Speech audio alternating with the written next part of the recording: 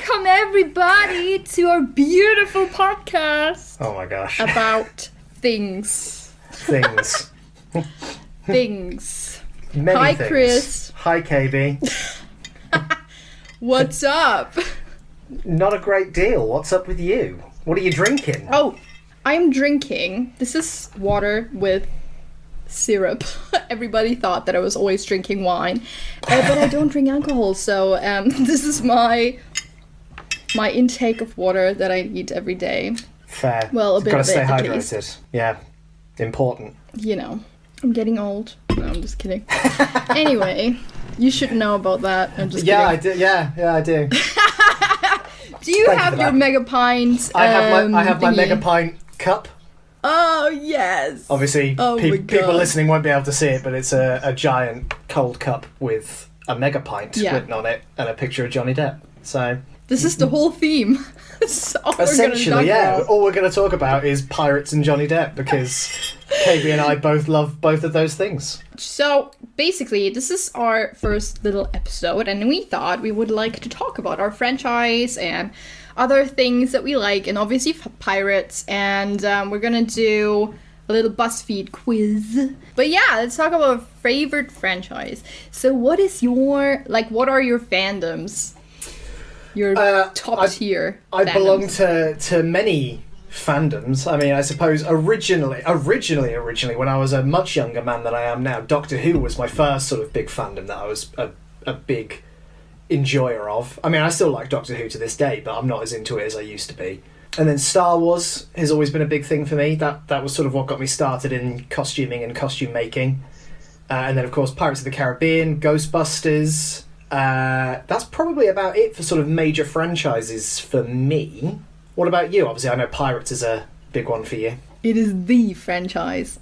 Yeah, for me, I think my biggest ones would be, probably, I mean, I'm a huge 80s fan, and I can't live without 80s movies and stuff about the 80s. Like, I keep going to boot sales and buying old stuff, because this is who I am. And yeah, I think, Pirates is definitely the biggest one. I would say I am a huge Disney fan, not of the company, but of the storytelling.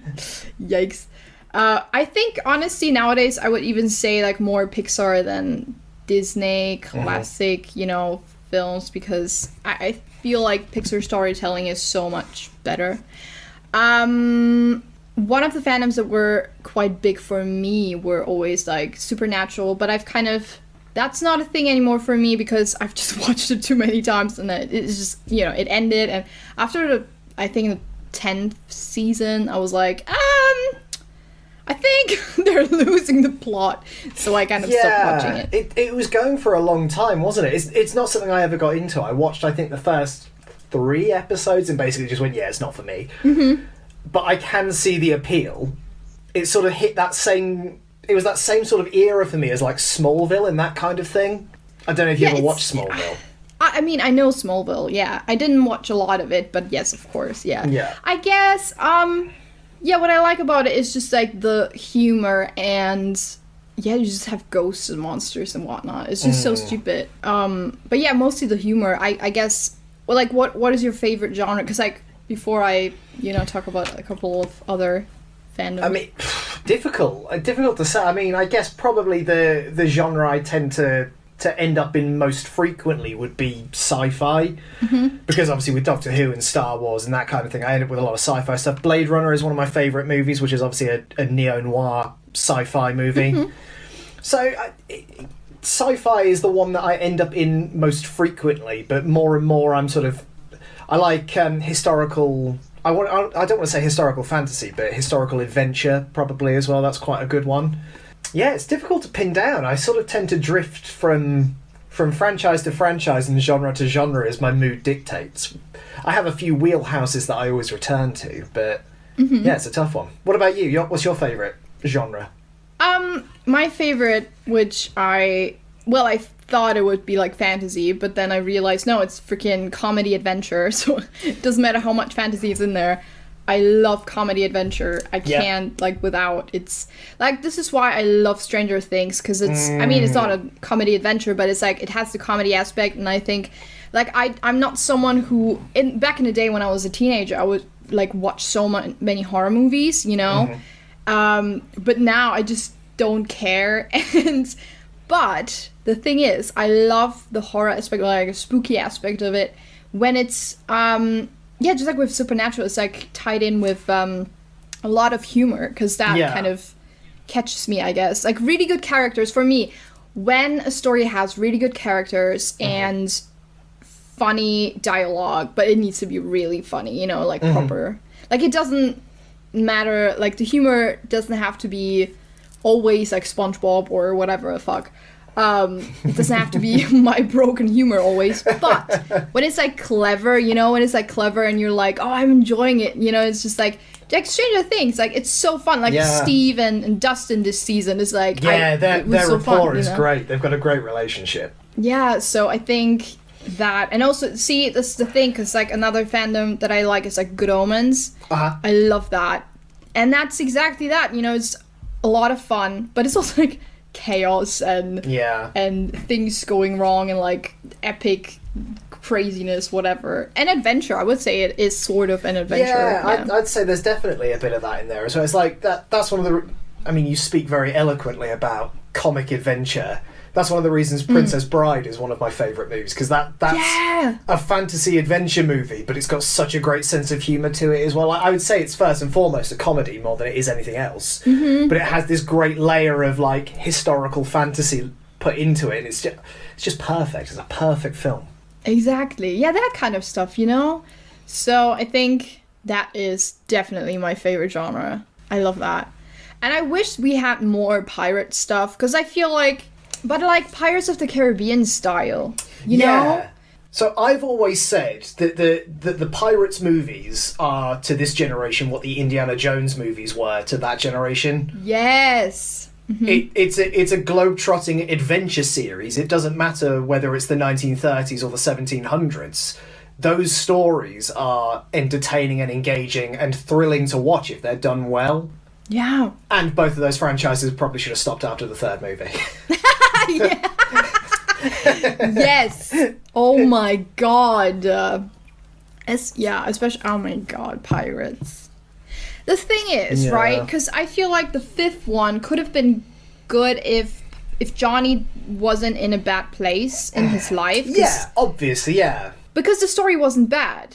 I don't think that the story was wasn't too bad. No. Yeah. It had a lot of potential. Yeah. I agree. I think it did have a lot of potential.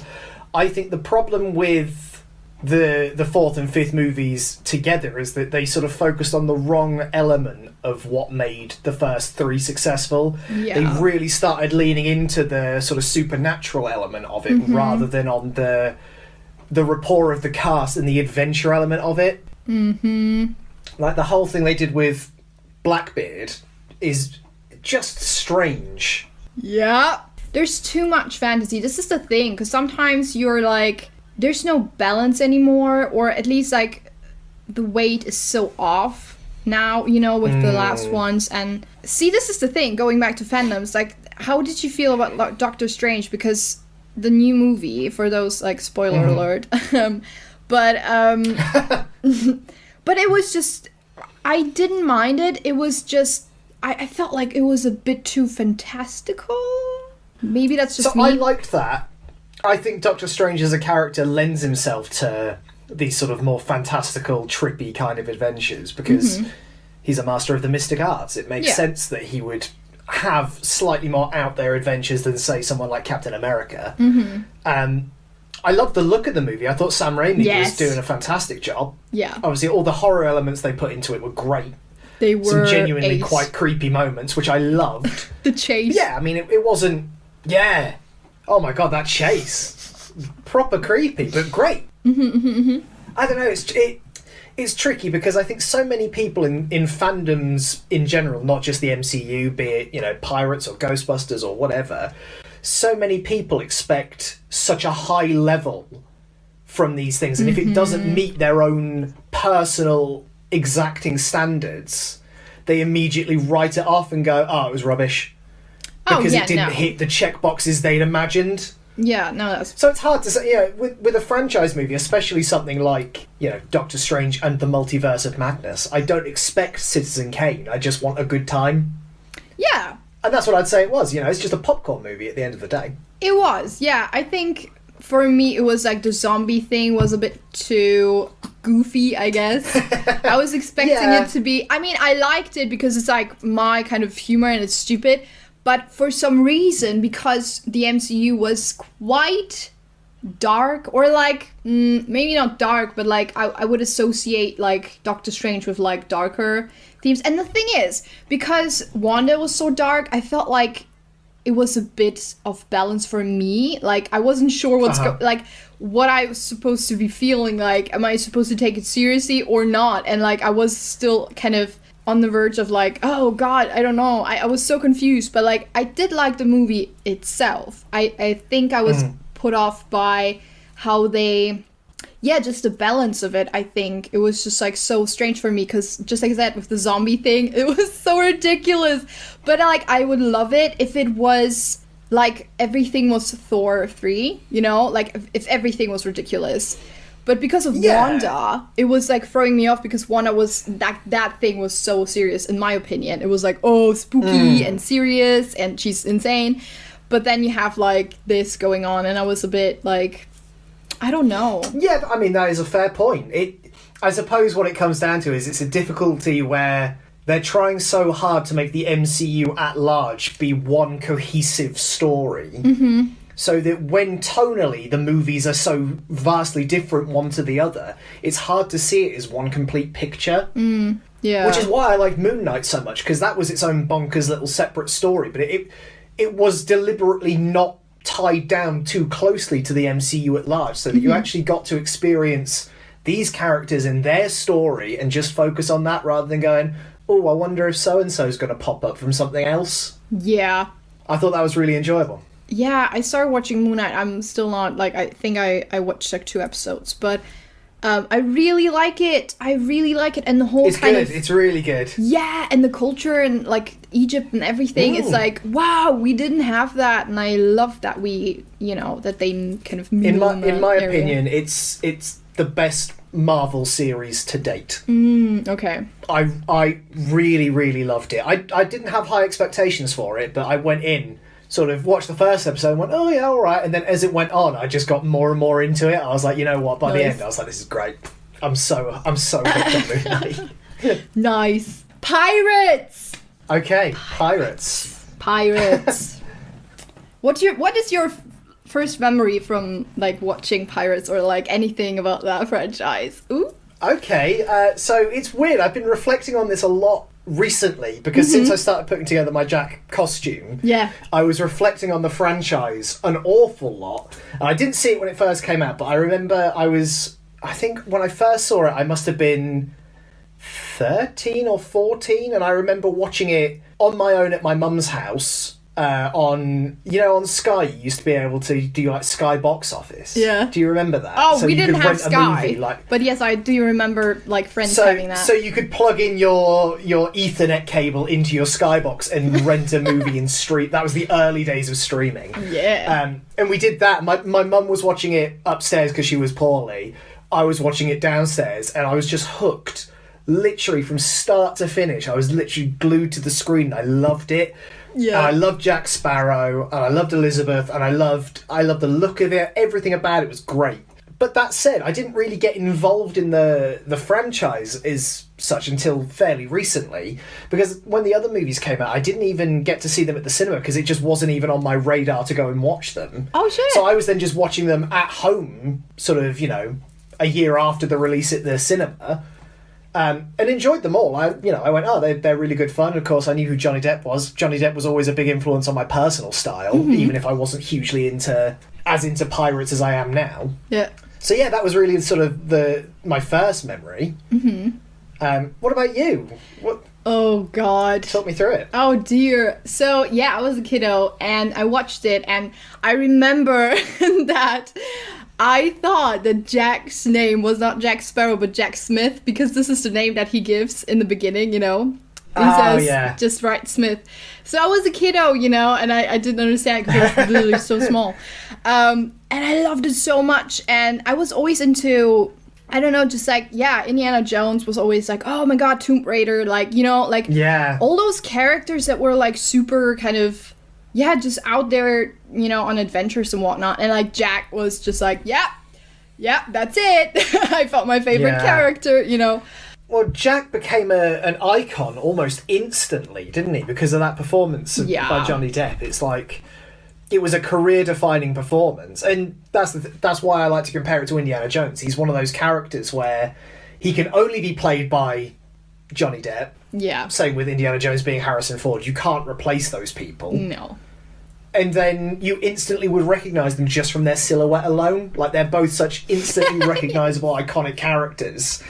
Yeah. Then the second you see the shape of that tricorn hat, you're like, here comes Jack Sparrow. Yeah. Yeah, and I remember, you know, I played pirates with, like, my family and whatnot, and I had, like, you know, I got an eye patch and, you know, tied my bandana around my head and whatnot. I was like, took a ruler and was like, oh, that's my sword, you know. So I was instantly like, yeah, man, that would be so ace. And I had like, I remember that with the second movie, they bought me like a book that was for the movie, which had like a little, what'd you call that? I guess a deer show thingy where you would look through a telescope that was, you know, and then you could see scenes. And each kind of... yeah, each page had, like, one scene and you could, like... Oh, it was so cute. Oh, wow. So, that's cool. I loved that, yeah. And, yeah, I was just... Yeah, I was quite hooked. I guess it was... I watched Johnny for a while, but, like, I think I was, like, properly aware of his existence. Like, oh, this is the dude, you know, who was in this movie, Because, just like I said, we were kids and you were already sort of teen, I guess. But I was a kid still. And I kind of put, you know, those dots, like I kind of connected them and I was like, oh, okay, this is this to do. And then I got sort of interested, especially because of Tim Burton. I got interested in Johnny because I was like, oh my God, he's always in his movies. What is he? What's going on? Tim Burton doesn't like any other actors. This would be me if I was a director. Like, it would be only my friends, friends, and that's it. I don't want anyone. Yeah, why not? If it works, it works, you know. So I guess he influenced me in the way of how I wanted to be, because he's very kind, and he's also kind of his own person. I remember that when he was talking about like, oh, he just kind of made, you know, this character for Jack, you know, because Jack wasn't Jack before Johnny put in his spice and whatnot. He kind of created him, obviously, in a sauna, as he says. But you know, I I think it was so cool when he said, you know, in that interview, I think, or like, I don't know, some behind the scenes stuff, where he said, you know, he just told Disney, well, if you don't like it, fire me, but this is what I'm gonna do. And I was like, yeah, exactly. When you have a vision, just go for it. If you really believe in it, you know? Yeah. I love that, yeah. It's interesting, though, because it's, as you say, Jack Sparrow wasn't Jack Sparrow until Johnny Depp came and did his thing, but they originally wrote the part for Hugh Jackman, didn't they? That was who they wanted initially, which is why he was called Jack. It was sort of like a nod to Hugh Jackman. Mm-hmm. I can't imagine. I mean, it wouldn't be the same Jack Sparrow we know and love today. It would have been a totally different character with the same name. But can you imagine like the parallel universe out there in the multiverse where that was what happened? That's what I was thinking. I was like, I'm gonna say multiverse in a moment. Yeah, it all ties together. Oh my God, it does. Full circle. But yeah, oh my gosh, I'm just so glad it happened the way it happened. You know. Mm.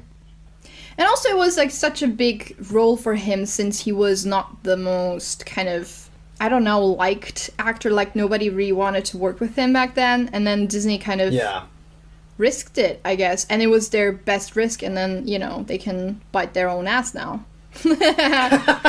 Basically. The thing with the Pirates franchise and Johnny's performance in general is that it was a proper lightning in a bottle kind of moment where it was the right people at the right time with the right idea, and it took off. Yeah. Because I don't think a movie like that would be made now.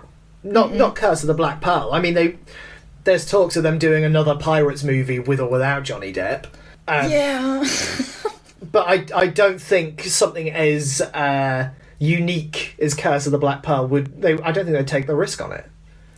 No, I also think that the problem with a lot of movies now is that a lot of actors don't take that extra step of like crossing out dialogue completely and like saying no, I don't think this is what the character would say. They kind of behave and just do, whatever they're told. And I don't think that's the answer in creative stuff in general. Like, you break rules to make something better and not like, oh, I'm just gonna follow it. Like, it's just gonna be lame. No, I'm with you. And that's the thing, is it is an incredibly brave performance on Johnny Depp's part, but it's also good that the director and Disney finally went, yeah, fair enough then, let's let him go and see what happens. Yeah. Because can you imagine a really boring, bland, sober Jack Sparrow? Trust me, I've read the script that was the original because I was doing some script study and I was like, at least I can do it with like my favorite movies. Yes, I do have the original and it's so shit. You'll have to send it to me. I want to read that. It's so bad. Like, oh my god. Even the storyline is so different, I guess. Like, there's no spice. It's just like straightforward. Okay, this happens. And like, Jack is so boring and but then you see how much she put into it and you really appreciate how much work really, was put into this character, which I, just like I said, I appreciate very much. Yeah, it really is, as I say, like a lightning in a bottle kind of moment. I don't think we'll get anything like that with cinema anytime soon. Everything's sort of steering towards big franchise movies. And obviously, it makes money. So, at the end of the day, it is a business. It's the movie business. They do need to make money. But it's just a shame we're not seeing a little bit more originality these days. Everything has to sort of be based on something else. I think Stranger Things is sort of the thing that was kind of unique. That's why it's liked that much.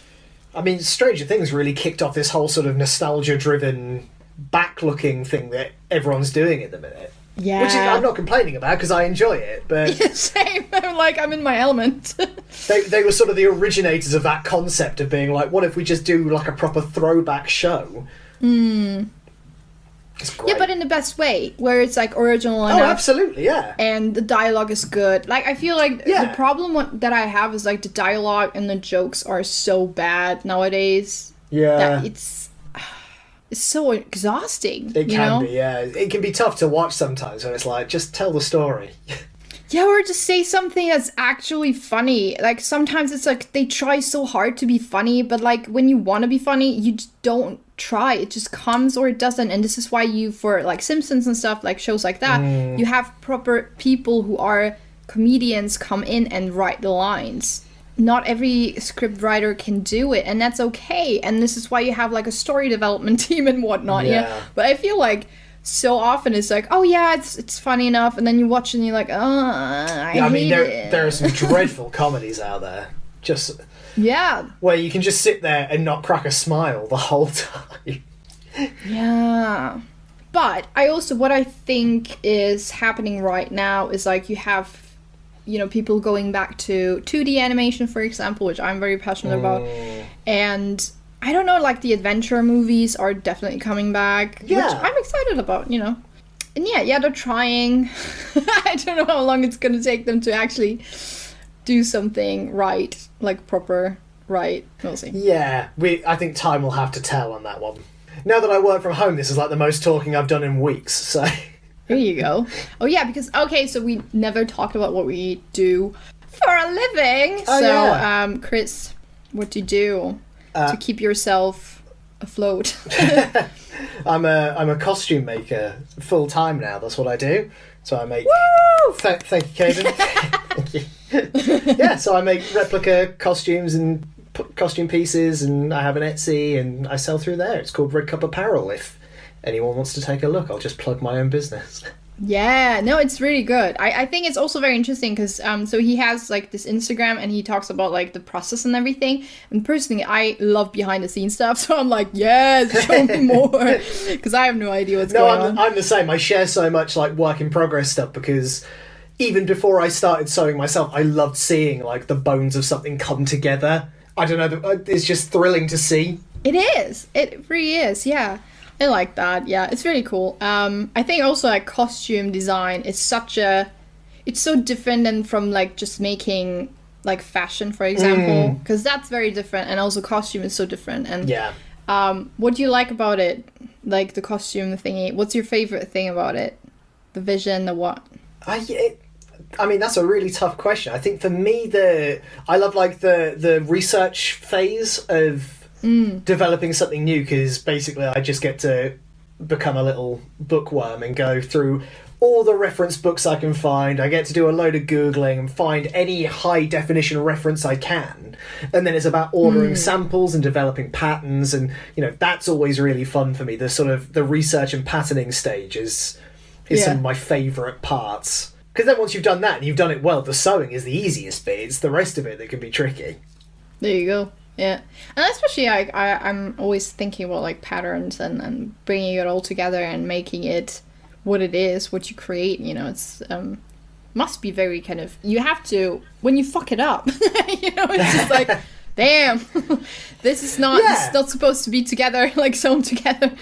So yeah, I mean, luckily I don't have many moments like that, but they do sometimes happen. Like I'm developing a pattern just for a shirt for myself at the minute. It's a tricky kind of collar design. Yeah. And I thought I got it right, and then I looked at it, I was like, that ain't right. I don't know what I'd done to it, but it wasn't right. So I basically took it back to the drawing board and started again. But sometimes that's all you can do is, you know, write it off as a bad job and then move on. Exactly, yeah. I mean, yeah, just throw it out and start over. That's all you can do sometimes. So interesting. I think it's just like being creative in any way is like, it's okay to throw things away. I feel like there's certain things that you can't do the same thing with. Like, but with when you're creative and when you're making something from scratch, it's like, it's okay to fuck it up. Yeah. You know what I mean? It's like, it doesn't hurt as much, I feel like, because you're so used to it, because this is just a process.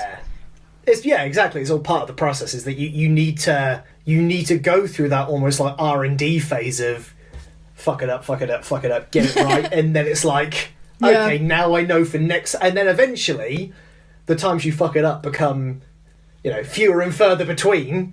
Hopefully, yeah. Yeah. Well, yeah, exactly, yeah. In theory. In theory. Tell us what you do, Kaby. I do voice acting. It's something that just worked out.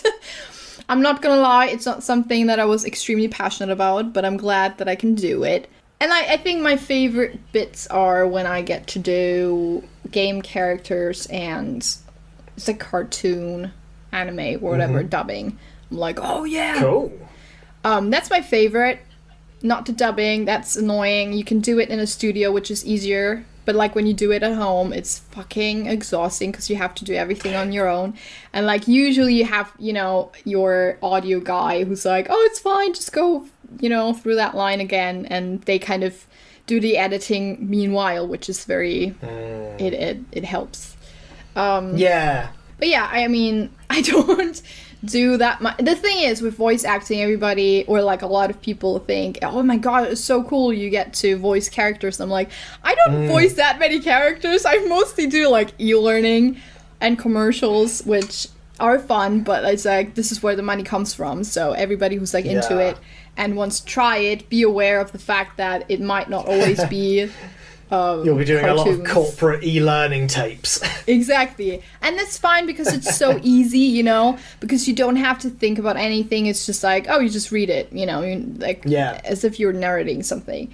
And so that's what I do. And and then I make music, but that's just a passion thing. So but it's great music.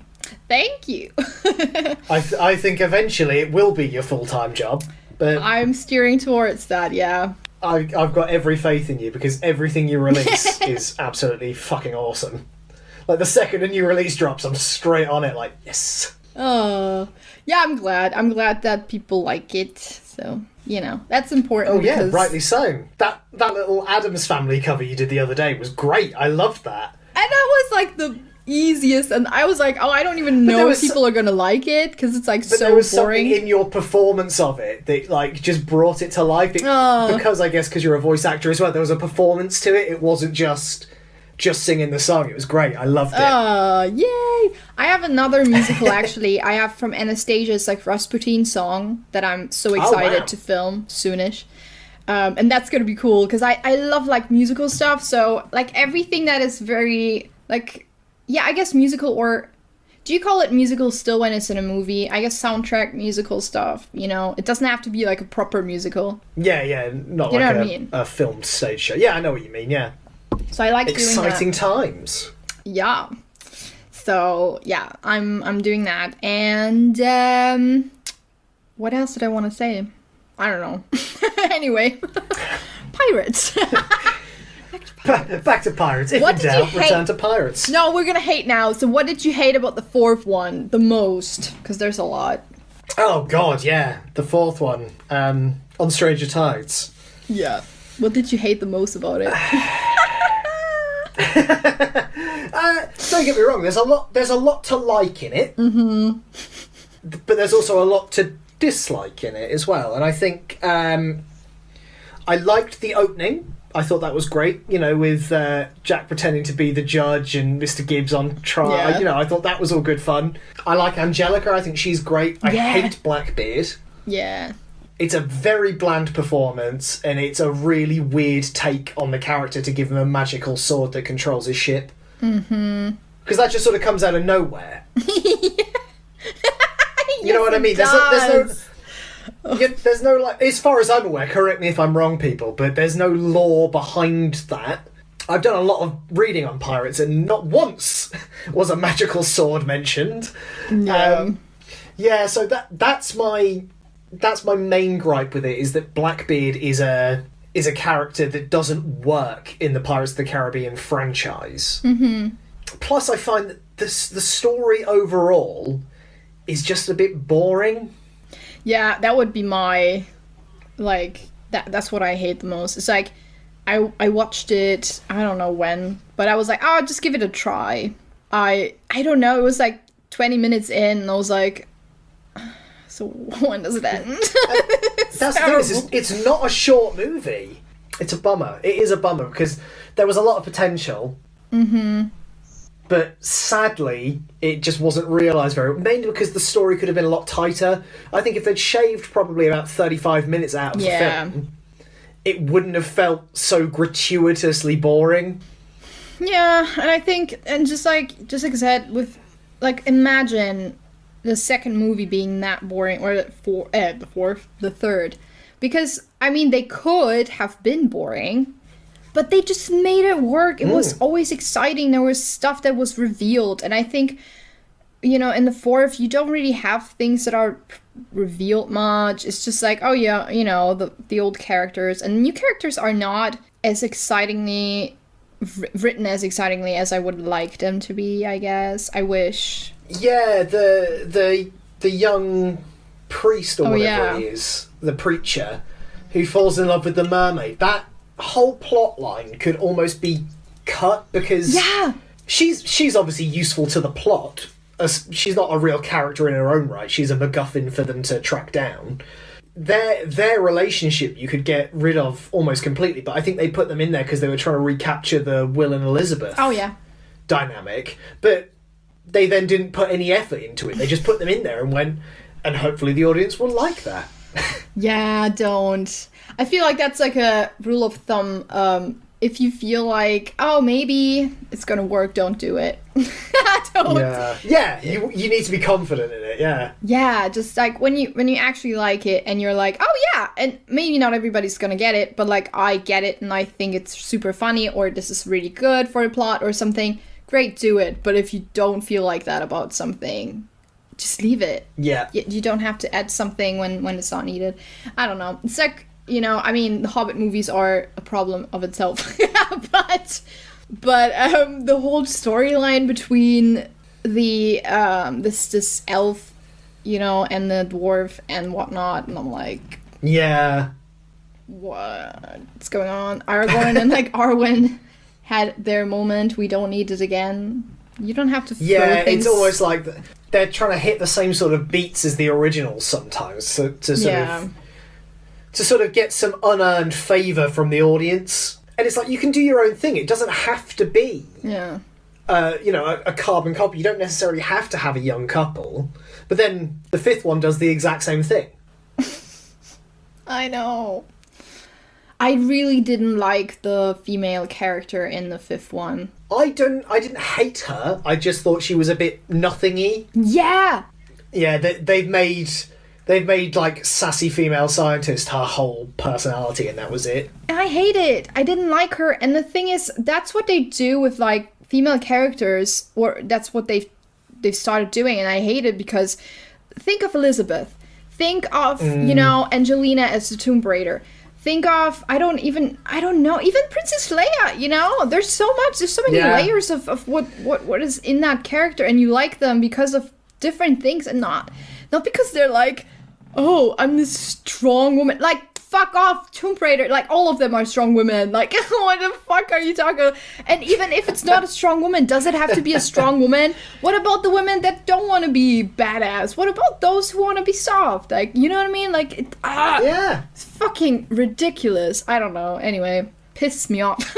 As you can see, it's like so I couldn't tell Kaby that. Just, that's it. Drink your juice. You'll be fine. Pop some pills. Calm down. Yeah. Oh, yeah. I hate it. Yeah. Yeah, no, it's... But I don't know. It's the weakest of the five, in my opinion, on Stranger Tides. Yeah. I know a lot of people disagree with that, and they think... Dead Men Tell No Tales is the worst, but personally, I think Dead Men Tell No Tales is at least more entertaining than on Stranger Tides, even if nothing else. Yeah, and I like Salazar. Yeah, I thought Salazar was a cool villain as well. I thought, Javier Bardem did a great job with it. Yeah, really good. If nothing else, I love the way he says Jack Sparrow. Yeah, oh, Sparrow. Yeah, I love him. Yeah. Yeah, it's a great performance in a pretty meh film, but I think overall, it's a lot better. I mean, it's nowhere near as good as the original trilogy, but it's, Trilogy. We're just keeping it that way. It's just, the rest is just like filler episodes, you know what I mean? It's like, nobody cares. Oh yeah, Pirates 1 to 3 is absolutely the original trilogy. Yeah, good. So yeah, we wanted to do this quiz that I'm gonna suck at. Quiz. So, you can... I mean, hopefully I won't, but we'll see. Do you want to... Yeah. Okay. I've got it open. It's basically on BuzzFeed, and it's called, How Well Do You Actually Remember the First Pirates of the Caribbean Film? So I'll let you be quizmaster, and you can read the questions. Oh, shit. Okay. Good. You're going to be... Well, you're the professional. Oh, fuck. Okay, sure. I mean, you can answer as well. I'm not saying just ask me the questions. I just need you to read them out. So I'm going to put you on spot, yeah. Just so our listeners can also see what the questions are. How much do you like the franchise? Anyway. A lot. I think. So, basically, the first question is, Elizabeth Swann is the daughter of the blank of Port Royal. And the answers are the King of Port Royal, the Duke of Port Royal, the Governor, or the Mayor. And the answer is Governor. Yes, it's green. We're great. We're 1 for 1 so far. Oh dear God, I'm sweating. When Jack Sparrow arrives at Port Royal, what fake last name does he give? Well, I said that before, so it's Smith. Because it has Williams, Smith, Jackson, or Pigeon. That's me. I'd be like, I'm Jack a lady pigeon. Yeah. Okay. How many hours a day does Will Turner say he practices sword fighting? 3, 4, 5, 6. See, I always thought it was 6, but I'm pretty sure a friend of mine corrected me recently when we were quoting it, and he said it was 3. 3? I was like 5. Oh shit. I don't know. I don't know. I'll defer to your judgment, Kaby. No, I just want to recall what he says, like hear his voice in my head. I would say 5. Do you want to do rock, paper, scissors? If you say, Kaby, if you say 5 it'll be. Oh, don't trust me. Okay, I'm just going to say 5, okay? Everybody? Go for it. fuck, it was 3. You were right. Next time you decide. Kaby. Next time you decide to... I'm winning this. But like 3 times, that's not a lot. I thought, like, okay, 5 times, that's a lot. So he would be like, oh yeah, I practice 5 times a day. He says 3 hours a day, though, doesn't he? 3 hours to wave a sword around on your own is quite a long time. Oh yeah, that's true. Well, 5 times would be like in between the breaks. Anyway. What food item does Captain Barbossa offer Elizabeth during their dinner, which she then believes is poisoned? Well, that's fucking super easy, Chris. Apple, I believe. Apple. Apple. Okay. Next. How many pieces of gold made up the treasure that the crew of the Black Pearl needed to recollect to break the curse? 500, Well, 665, 882, 999. Oh I my don't know off the top of my head. god. What does Barbossa say? Wait. I can hear Barbossa's voice in my head, but not the number. Yeah, I'm Jeffrey trying... Rush is letting me down. Exactly. It's like, I'm trying to put in every single thing. Like, 500 pieces of gold. 665. It's not 665. That's such a random number. Yeah, but 999 feels like again, that's too specific a number, because you'd just make it 1,000, wouldn't you? If I was Cortez, I'd be like, I just want one more, and then it's an even 1,000. I couldn't stop at 999. It's so random. I just want one more piece. 500? Yeah, let's go 500. I think that's the most sensible number. No, it was 882! What? Embarrassing. Absolutely embarrassing. Write it down. We can't get it wrong ever again. 882 piece of gold. Sure. Bizarre. That's a weird number. How bizarre, how bizarre.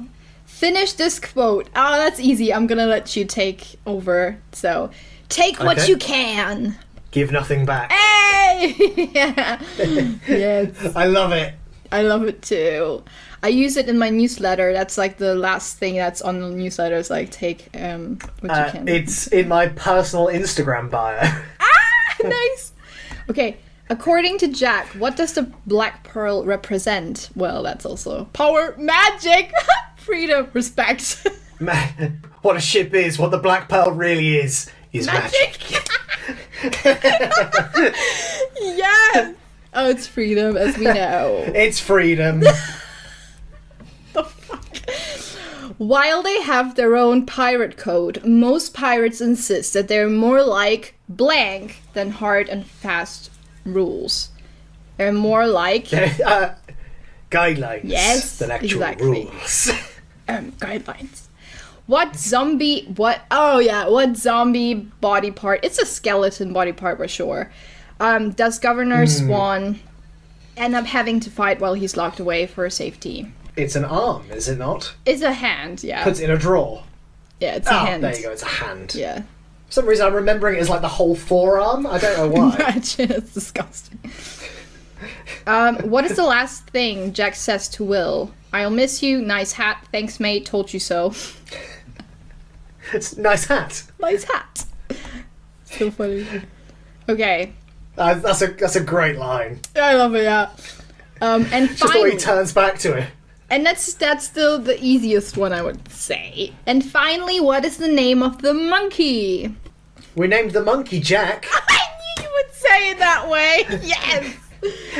Fuck yeah. We got 9 out of 11 correct. And it says, a perfect pirate is official. You're a devil. You're a black sheep. You're really bad egg. You know this masterpiece of a movie like the back of your hand. Well, I don't know. Drink go. up me hearty. I mean, we got. Yeah, that's all it says. I'll drink me water. Me too. So not bad. I was hoping we'd get a clean sweep and get all of those right, but you know what? 9 out of 11. Horrible. I can make my peace with that. Yeah, it's horrible. Fine. Next time we do one of these, we'll get another quiz up and we'll see if we can redeem ourselves. Oh no, it's just gonna get worse and worse. Get a quiz about like the geopolitical state of the world. Though. Dude, no. You know what I thought? If they have it, we could do one quiz that is like, which character of Johnny Depp said this line? If they had something like that. Oh, that's a fun one. Yeah. Oh, that must exist. Oh, probably, yeah. If not, I'm gonna be pissed. It must do. No, yeah. It Cool. must do. Or failing that, I can always create the quiz for you and I can quiz you on it. Oh, dear God. Please don't. The world says hello. Yeah. So, anyway, so what I wanted to talk about is if you have any meaning that pirates gave you or something, like a quote that inspired you. For example, because they talk about freedom, like what the Black Pearl means. And anyway, just take it away. Yeah, that's... So, I mean, yeah, so... without wanting to sort of get up on my soapbox and do a TED talk about it, for me that line is very important. You know, what a ship is, what the Black Pearl really is freedom. Yeah. I think the reason I'm so drawn to Pirates, both the franchise and the characters in history, is because that's one of the last times that admittedly a man could be truly free. You know, you get yourself a ship and a crew and off you go. Yeah. Yeah, there is a certain romanticised element to that seems very appealing to a good number of people. You know, you're not tied down to any one location or government or country. You just get on your ship and off you go, and you can do what you want. And I think that's a very appealing notion. But then on the flip side of that, the less sort of rose tinted line that always sticks out to me is when Jack says the world's still the same.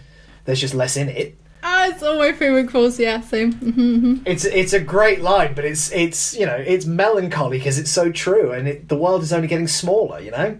It's just there's less and less in it and less to do, or less and less you can do, unless you have a certain amount of resources or a privilege in life or what. It's just the notion of the piratical lifestyle, the adventuring lifestyle is appealing to more and more young people, I think, you know. I think that's why nostalgia is becoming such a big market as well, is because so many young people that are unable to, you know, have a lot of spare money to go travelling or to buy a house or whatever, are starting to look back at things and go, God, wasn't it good when? Yeah, I mean, I think there's a whole movement. I mean, when you see people in tiny houses and like living in their caravans, yeah, but like not even living in a very bad kind of. It's not a bad life. It's like, you know, it's a lush life. It's fine, you know. They have like a properly well done caravan. It's like a small home, and it looks really cool. And there's like this one dude on TikTok who has like he games with, you know, his you know, van door open and everything, and it just looks so cool. And he just has this little space. It's like a little room, and he just plays, you know, World of Warcraft and looks out, and there's like mountains and whatnot. It's so cool, and I personally think that's so ace. Like I love that. If I wasn't so much into hosting people and having guests over, I think I would do the same thing actually. Because it's just you can go everywhere, and you can, and I think with the freelancing and with people, especially, you know, our generation and everybody who's younger now, it's so cool to see that people are making their own, like they invent jobs that weren't there,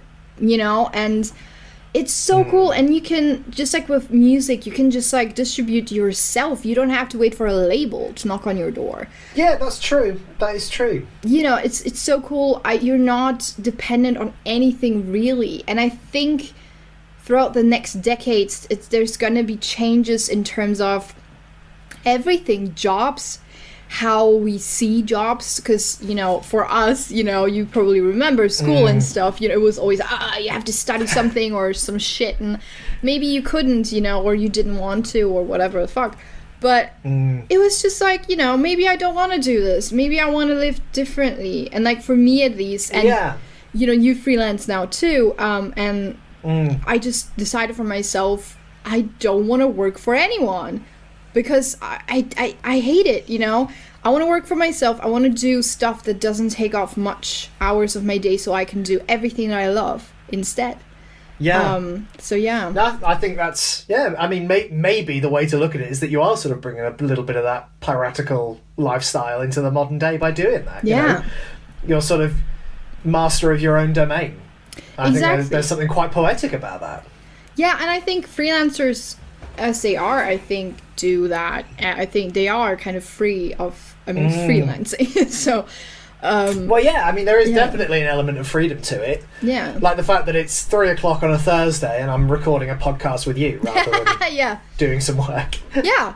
You don't have a time where you have to be somewhere. And, like, if you decide to work at night, you can work at night. There's nothing that says, oh, this is when you start, this is when you end, and this is how many, minutes of lunchtime you get. Like, how fucked up is that? I don't know. It's just like with holidays when I see, my mom or someone, having those kind of fixed holidays, and it's, you can't get more. And it's like, I can get a month off if I want to. Obviously, I would have to work a bit, like get more jobs in beforehand to of course, pay for everything. But honestly, I wouldn't want it any other way, to be quite honest with you. It comes with risks. It comes with everything. But I take that over anything I've done. Yeah, I would agree with that, actually. It's worth the risks to have the freedom. Yeah, but it's always like that. We're trying to convince people to go freelance, but, Yeah, but when you feel like it, right? If you feel like you're stuck somewhere, do it, because... I mean, that was me, I was stuck in a job I hated for 7 years, and now I'm not, and it's a lot better. Yeah! Well done. Yeah, it's good. No, it's perfect, and I think... but you have to be... Doesn't matter how hard it is in the beginning. For me, it definitely was difficult to build it. But I was like, fuck that. I don't want to do anything else. I'm not, I'm just too stubborn, I guess. I think you have to be stubborn if you want to build something like that. And just gotta stick with it over years and not just like a month and expect your Etsy shop to just like blow up, because it's not.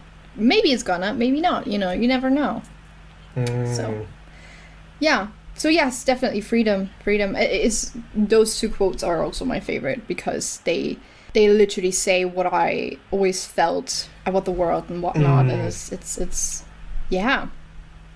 deep meaning, but beautiful meaning.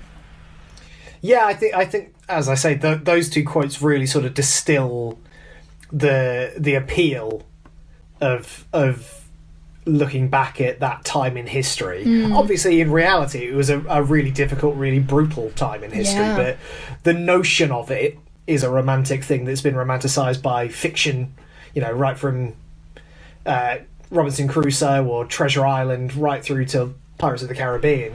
There's a romantic, adventurous spirit to it. I mean, in Treasure Island, Jim Hawkins is talking constantly about like this romantic notion of being on the high seas. Yes, bless him. And then he gets there and he actually sort of realises it's a bit shit. But yeah. Oh my god. Yeah, and but it is kind of taking the kind of, I guess, the meaning of it more than the actual kind of what happened. It's just like with battles and like people wanting to sword fight, but you don't really want to kill anyone, it's just like just want the kind of fantastical, it's escapism thing. Isn't it? Yeah, but a good kind of, I would say. It's just fun, and it nurtures whatever needs to be nurtured, and you when you are a person like that, when you need it. Not everybody needs it. That's a great way of putting it. Not everybody needs it. Very confusing. You meet people, you're like, oh, you don't crave that? Oh, well. Yeah. I mean, maybe one day we'll grow up and be boring business people in our business suits, but not today. No, never. I would rather freaking die, and I mean it with all my heart. Never. Yeah, I couldn't do it. Nah. I'm too... Not there's anything wrong with loud. that. No, there's nothing wrong, but like when you're not that person, it's just like, having someone who's very collected tell them to be loud and like obnoxious, and they can't. I am. I'm like, I'm loud and obnoxious, but like I'm gonna own it, and this is just gonna be my life, you know? Rather than push it away. Because when you push stuff away that is truly you, the core you, it's just gonna make problems, that's all. So. Yeah, I mean, I don't think I can add anything to that. You put it so succinctly that I'll just go. Yeah, so, yeah, goodbye. I'm gonna See ya. finish the podcast for myself. Welcome to the Kaby show, everyone. Yeah. But yeah, anyway, so yeah, I love that we both see the freedom aspect of it and that we like it because that's, yeah, it's interesting. It's you know, you never, it's difficult, let's say, to find people who agree. Now I keep finding people who agree with me on that kind of spectrum, you know? And it's nice because it's like, oh yeah, same. Like there's more to life and there's more to art and people and everything. Yeah. Yeah. Yeah. Whee! Okay, the end, bye. Mic drop. Right, see ya. See ya. Yeah, I mean, I've got nothing else to add to it. Like you covered it so well that all I can do is go, yeah, you're right. Yeah, I agree. I do. Thank you for coming. Thank you for listening to our babbling. Thank you for listening. Yes. Right. And this is it. Our first episode. I think that wraps us up for this pilot episode of whatever we're going to call this thing. We'll see you. Well, no, we're not going to see you, but we're going to... We won't see you. You That's guys creepy. will hear us. Yes. Very soon, hopefully. We'll see when we have time and whatnot. Tomorrow. Right. I know we're freelance, but I don't have that much spare time. Christ. Right, thanks everyone. Tomorrow in the morning. So are you ready? Oh God. Guys, help me, please.